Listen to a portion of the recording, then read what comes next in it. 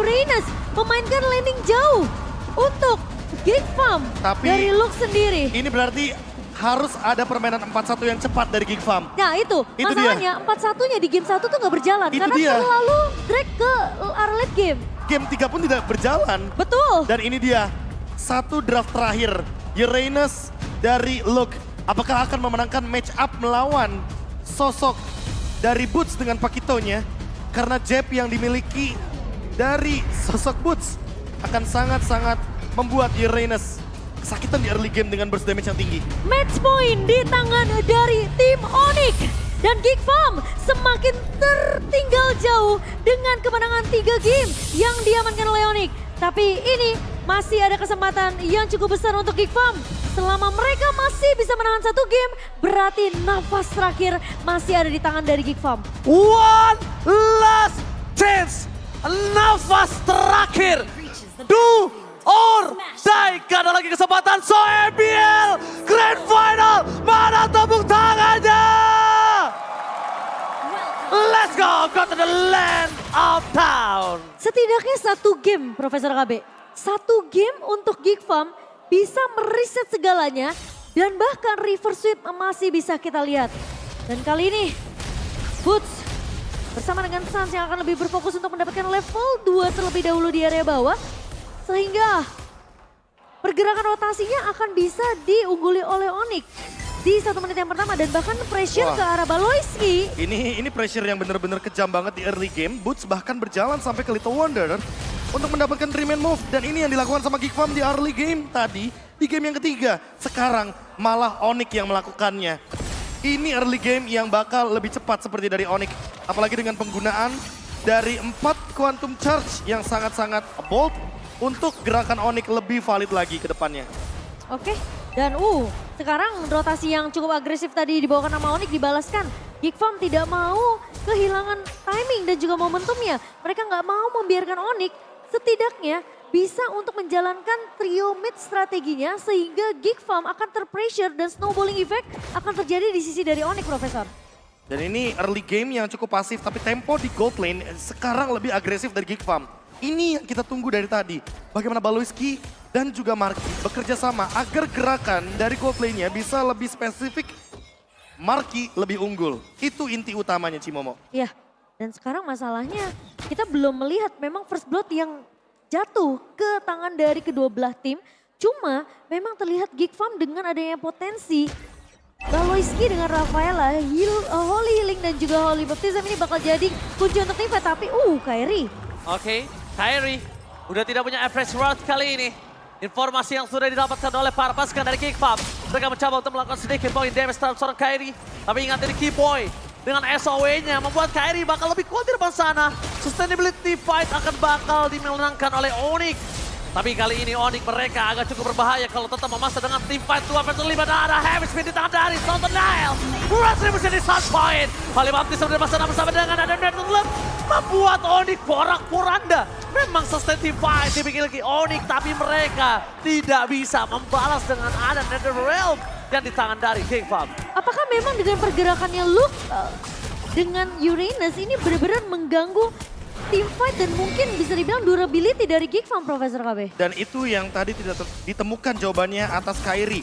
Apresiasi Wrath yang tidak ready dalam setup menuju ke Turtle membuat Geek Farm jadi lebih nyaman untuk memaksa team fight-nya terjadi.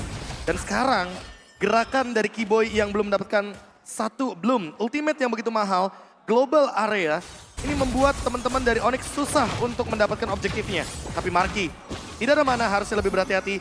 Dan early game lagi dan lagi masih di lead sama Geek Farm.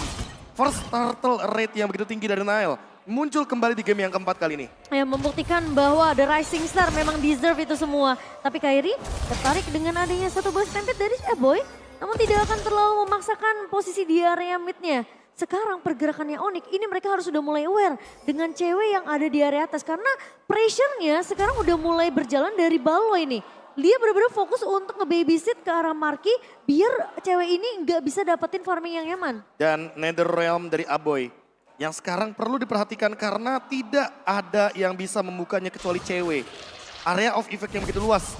Suns yang sepertinya akan ditargetkan terus-terusan sama Geek Farm yang bakal jadi ancaman juga bagi Onyx. Karena ketika tidak ada Suns, artinya Aboy akan sangat free dengan Netherrealm dan juga Ghostbuster-nya.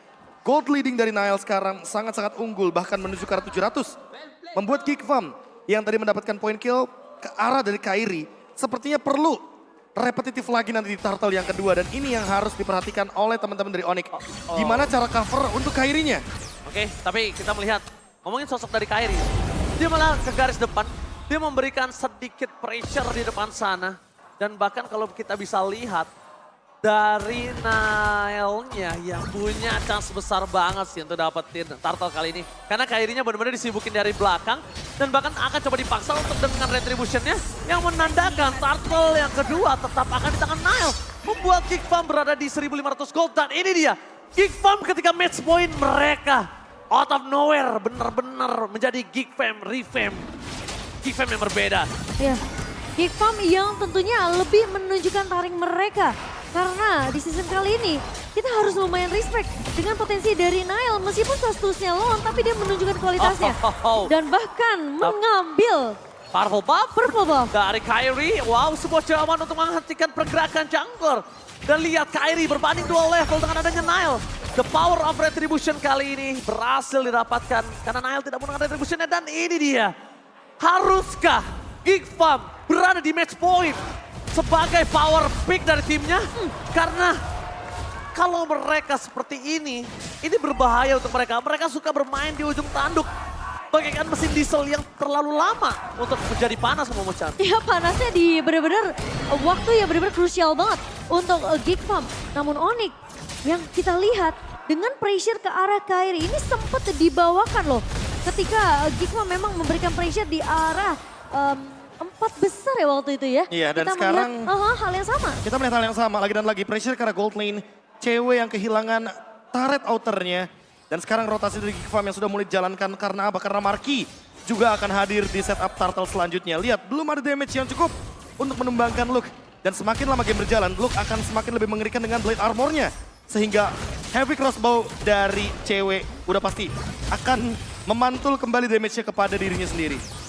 Oke, dan memang kalau kita melihat dari GigFam sendiri, dengan perbedaan net worth 2.000 di tangan dari GigFam, di menit yang ke-6 ini sebenarnya udah lumayan mendominasi. Snowballingnya terus berjalan karena turret objektifnya selalu bisa dipegang sama GigFam. Dan Onyx sepertinya mereka bakal main agak sabar sih, Prof. Oke, tapi dengan kesabaran yang mereka miliki, apakah mereka akan kehilangan dari sosok perfect turtle mereka?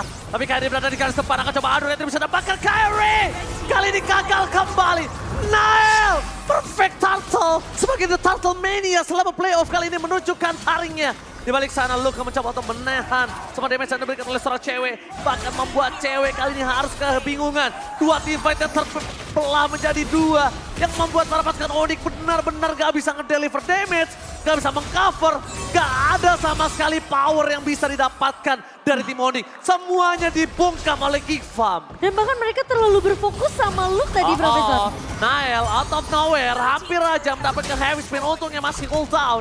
Para pasukan dari GigFam bahkan kali ini mereka membuat Onyx tidak mendapatkan objektivitas dari segi turret ataupun turtle. Ya, space create-nya bahkan terlalu besar untuk Marky. Posisi dari cewek ini benar-benar terlalu berfokus sama garda depannya. Heavy speed didapatkan, tapi nampaknya hanya lewat belakang. Luka bakal coba ditangkap, damage-nya masih belum cukup. Luka masih punya power yang sangat kuat. Luka masih punya waktu untuk bergerak di arah backline, zoning out sampai mid to the late game. Ketika mid to the late game, mungkin Luka udah mulai harus mengurangi dari damage yang diberikan akan lebih sakit. Oke, tapi ini jatuhnya sekarang GigFam harus hati-hati juga. Seiring berjalannya waktu, lihat Boots sudah menyelesaikan blade armornya. Dengan split push yang dia jalankan, artinya sekarang damage dari Marky perlu ada tambahan lagi, perlu boostingannya lagi. Biar critical damage-nya bisa lebih pasti. Namun di satu sisi lainnya, Flask of DLC Skiboy akan memperpanjang teamfight dari GigFam. Sehingga kayaknya ini akan berbeda nanti di Lord yang pertama atau bahkan Lord yang kedua. Mungkin Lord yang pertama masih bisa diamankan sama GigFam. Tapi perlu hati-hati, counter setup dari Onyx akan sangat mengerikan dengan Fredrin-nya. Jangan terlalu lama untuk membiarkan game ini berjalan. GigFam perlu endgame secepat mungkin. Oke, tapi lihat Skiboy masih bisa selamat. Masih ada damage yang bisa diterima Keyboy, tapi nampaknya Kairi tidak akan melepaskan sosok dari Nile. Di belakang sana Marky masih bisa memberikan damage untuk covering up para pasukan dari Geekfab. Mereka terlalu dalam, bermain di dalam jungle. Limit dari Onyx yang mereka harus pikirkan adalah di mana pergerakan dari Marky ini tidak boleh lepas dari pandangan dan jangkauan dari Paloyski. Sekali saja Paloyski melepaskan pandangan dan jangkauan dari Marky, ini bakal bisa berbalik untuk para pasukan Geekfab. Mereka kehilangan Marky, 4 versus 5 akan terjadi. Dan kemungkinan besar kalau Lord di tangan dari Onyx, Snowball akan mulai dimulai. Tapi dibalik itu semua, pasukan dari Onyx, mereka dalam ada kondisi 3000, mereka tidak kenal kendor. Kairi masuk ke dalam, damage yang diberikan tidak bisa ditahan kembali. Dan Keyboy, SOE-nya benar-benar memberikan sebuah nyawa tambahan untuk sosok Kairi. Karena kalau Kairi terperangkap sekali aja, wah, itu bakal besar. Dan Lord di tangan dari Nile Free tanpa ada kontes. Dengan keuntungan 4000 gold dan bahkan ini dia, Geek Farm kembali menunjukkan taringnya. Dan Geekfam memang mereka tahu posisi dari Kairi yang memiliki retribution yang begitu on point ditutup, di zoning semua pemain-pemain dari Onyx. Posisi dari Baloy benar-benar nggak bisa ngasih kesempatan yang terlalu besar ketika memang Kairi punya satu chance. Setidaknya ketika dia tahu dia akan di-trade, at least dia mencoba. Masalahnya sekarang Baloy ini jadi problem untuk pemain-pemain dari Onyx. Karena Holy Healing dan juga Holy Baptism benar-benar menutup jalan dari cewek untuk mendekat ke arah Marky. Dan Marky-nya juga udah punya Malefic Roar, jadi permainan front to back bisa dijalankan. Namun perlu diingat bahwa look dari tadi belum bisa ditumbangkan. Garda terdepan dari Geekfam begitu kuat, membuat Onyx perlu dipukul mundur sekarang. Oke, tapi lihat high ground defender ini miliki para pasukan dari Onyx. Masih ada heavy crossbow dan heavy speed. Gagal mendapatkan Kairi, di balik itu semua Sans masih ada Black Shoes. Dan the Rip for defensive membuat Kairi kali ini Everest Sportnya for nothing. Dengan mempertahankan mereka miliki, tapi di balik sana pun Sandwich Gaming akan terjadi. Guntingan menuju ke arah Marky dan hilang. Tidak ada cover yang bisa diberikan karena udah tidak ada lagi dari Rip. Permainan dengan adanya Sandwich Gaming. Guntingan terjadi, sliding tackle tidak akan berguna. Membuat Marky harus tumbang dan kembali lagi. Kali ini Onyx memiliki nafas tambahan. Gue sudah menunggu cukup lama sih Profesor KB. Ketika dia melakukan split push untuk motong dari area atas, dia nunggu momentum semenjak Lord berhasil diamankan oleh Geekfam. Dan fokusnya dari Onyx cuma kedua lane aja, mid lane dan bottom lane aja. Karena Boots dari tadi menjalankan tugasnya sebagai split pusher. Untuk sekarang gerakan dari Onyx sudah mulai terbuka. Pelan-pelan hanya karena satu outer turret di mid lane didapatkan oleh Boots, membuat Geekfam jadi harus lebih berhati-hati atas lini belakangnya. Iya, flanking ya. Ya, dengan blade armor yang sudah jadi juga dari Boots, Kairi bahkan mungkin akan menuju jauh lebih tajam lagi nanti untuk ceweknya setelah satu Demon Hunter Sword kembali. Ini bakal membuat Nile-nya harus lebih berhati-hati atau bahkan secepat mungkin ngelakuin sebuah tindakan preventif. Menurutku, Queen's Wings adalah item yang bagus untuk Nile. Karena magic damage-nya sangat tinggi, cewek juga tinggi. Apalagi ada Demon Hunter Sword, jadi lebih kejam nantinya permainan front to back dari Onyx. Mungkin mencoba untuk nge-drag game ini menuju ke arah mid to the late game kali ya, Prof. Iya. Ini bisa jadi jawaban untuk Onyx. Dan itu yang dicari sama Onyx. Ya, Karena dengan Bloom, ultimate dari Florin, itu semuanya akan hilang efek life drain-nya. Ya. Dan Look dengan Dominance Ice akan jadi percuma. Dengan Necklace of Durance akan jadi sia-sia. Nile harus mempertahankan levelnya sejauh mungkin atas Kairi. Karena sekali aja Kairi dapetin Lord, ini bisa jadi snowballing comeback untuk Onyx. Itu kalau tadi Holy Baptism-nya kena, sekali aja ujungnya aja Kairi berhenti di sana. Wah, itu bisa kelar. Kenapa? Kairi tumbang, Keyboy akan menjadi pilihan utama dan bahkan kita bakal bisa menyaksikan retribution tanpa ada kontes yang dimiliki oleh para pasukan dari Geekfam. Iya, dan kalau misalnya Kairi sampai tumbang, tentunya Geekfam punya kesempatan yang besar untuk bisa menghabiskan pemain-pemain Onyx yang tersisa. Masalahnya, Baloy ini harus di-target. Baloy akan menjadi target Baloy? kah? Karena lihat di depan sana, Sans tidak tertarik. Para pasukan dari Geekfam, mereka memasang Kairi. Tapi ingat, lihat damage yang diberikan dan diterima Kairi. Dia bisa mengeluarkan press sword-nya. Setengah darah ke arah seorang Nile. Dan bahkan retribution-nya nggak bisa didapatin Kairi. Geekfam, mereka memporak-porandakan dengan adanya teamfight di arah belakang booth. Dan Marky dapat satu ball point ke atas Keyboy. Tapi Marky terperangkap. Membalaskan kembali dengan ada Holy Healing yang dimiliki para pasukan Geekfam. Dan Kairi di cover dengan sangat baik oleh Boost. Tapi dibalik itu semua, para pasukan dari Geekfam gak ngelepasin sedikit pun pandangan dan jangkauannya. Dan bahkan membuat Kairi harus bertekuk lutut di sana. Tadi aku kira Marky berhasil di-pick off sama Oh Boost my loh, god, Bro. oh my god, ini bencana. Gak ada cewek, gak ada Boost, gak ada Kairi. Geekfam membalikkan keadaan. Ini dia Geek Farm too strong ketika match point di tangan mereka. Geek Farm Reform ternyata masih kuat untuk bertahan di best of 7 kita. Match point yang sempat ditahan oleh Onyx membuat Geek Farm masih memiliki nafas yang bisa mereka perpanjang sampai best of 7 ini.